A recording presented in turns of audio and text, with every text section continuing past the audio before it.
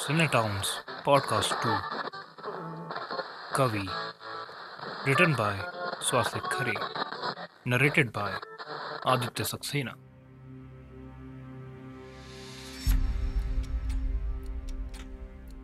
Serial killer, कलयुग के राक्षस।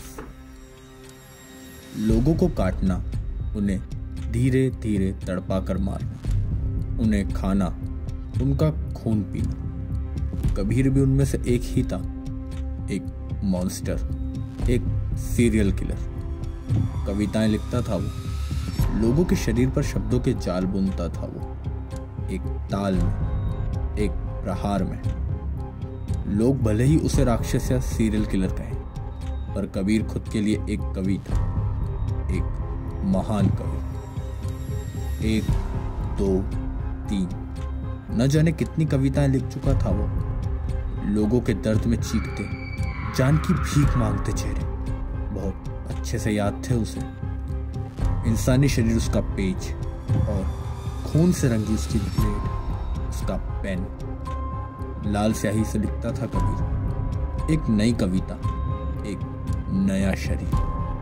आदत बन चुकी थी ये उसकी, जिसे छोड़ना नामुमकिन था। सब खत्म हो चुका है कबीर, खुद को पुलिस के हवाले कर दो। एक पुलिस ऑफिसर, एक अधूरी कविता। कबीर अपनी अधूरी कविता के शब्दों को रोशनी में चमकते देख रहा था। एक और घाव, और वो अपनी अधूरी कविता पूरी कर सकता था। ये मत सोचना कि अगर मैं मर गया तो तुम बच जाओगे कबीर। बस कुछ ही देर में पूरी पुलिस फोर्स यहाँ पर होगी और तुम भाग नहीं पाओगे। न आवाज में पहले जैसा दम था, न शरीर में जान। फिर भी खड़ा था वो ऑफिसर, लड़खड़ाते कदमों से धीरे धीरे आगे कबीर की तरफ बढ़ रहा था। उसके शरीर से बहता खून उसके कदमों के नीचे जमीन पर लाल नदी बना रहा था। जैसे जैसे ऑफिसर ने एक कदम आगे बढ़ाया, कबीर एक कदम पीछे चला। किनारे पर था छत के वो। उसने ऑफिसर से नजर ना हटाते हुए नीचे देखा। 10 मंजिल ऊंची बिल्डिंग के सबसे ऊपर था वो। उसके अंदर का जोर से धड़कता दिल क्या उसके डर की निशानी था?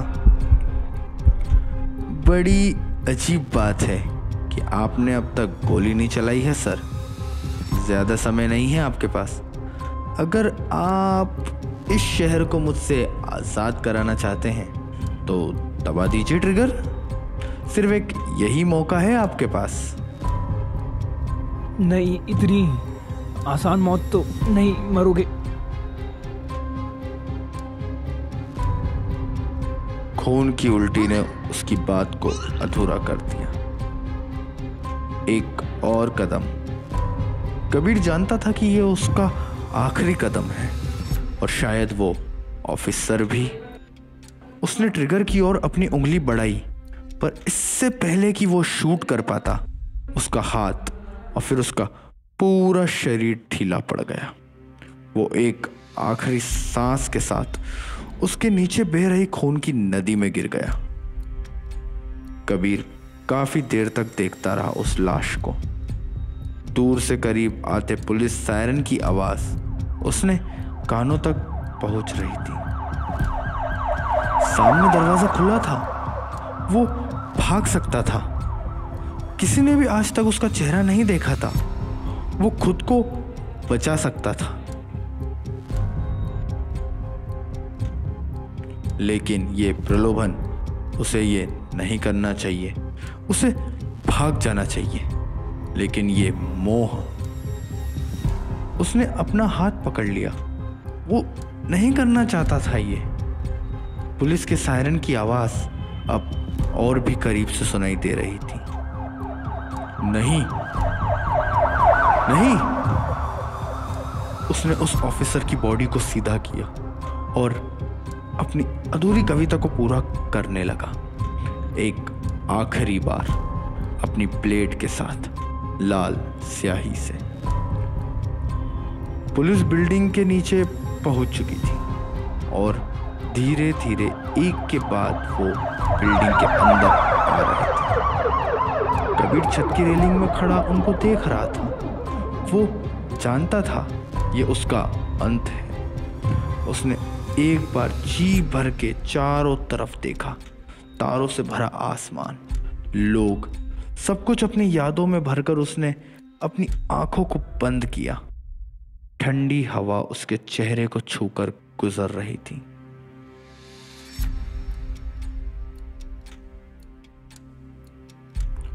उसने एक बार पीछे मुड़कर देखा और वहां से छलांग लगा दी।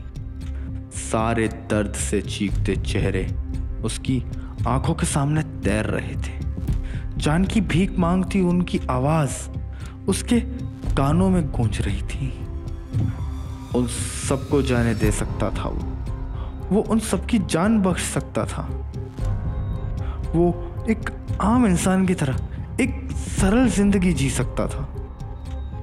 वो एक लेखक बन सकता था, एक असली लेखक। तेज रोशनी, कारों और लोगों का शोर, धीरे धीरे सब गायब हो गया। उसकी आंखों से आंसू की बूंद हवा में ही कहीं खो गई और कबीर का शरीर जमीन से जा टकराया।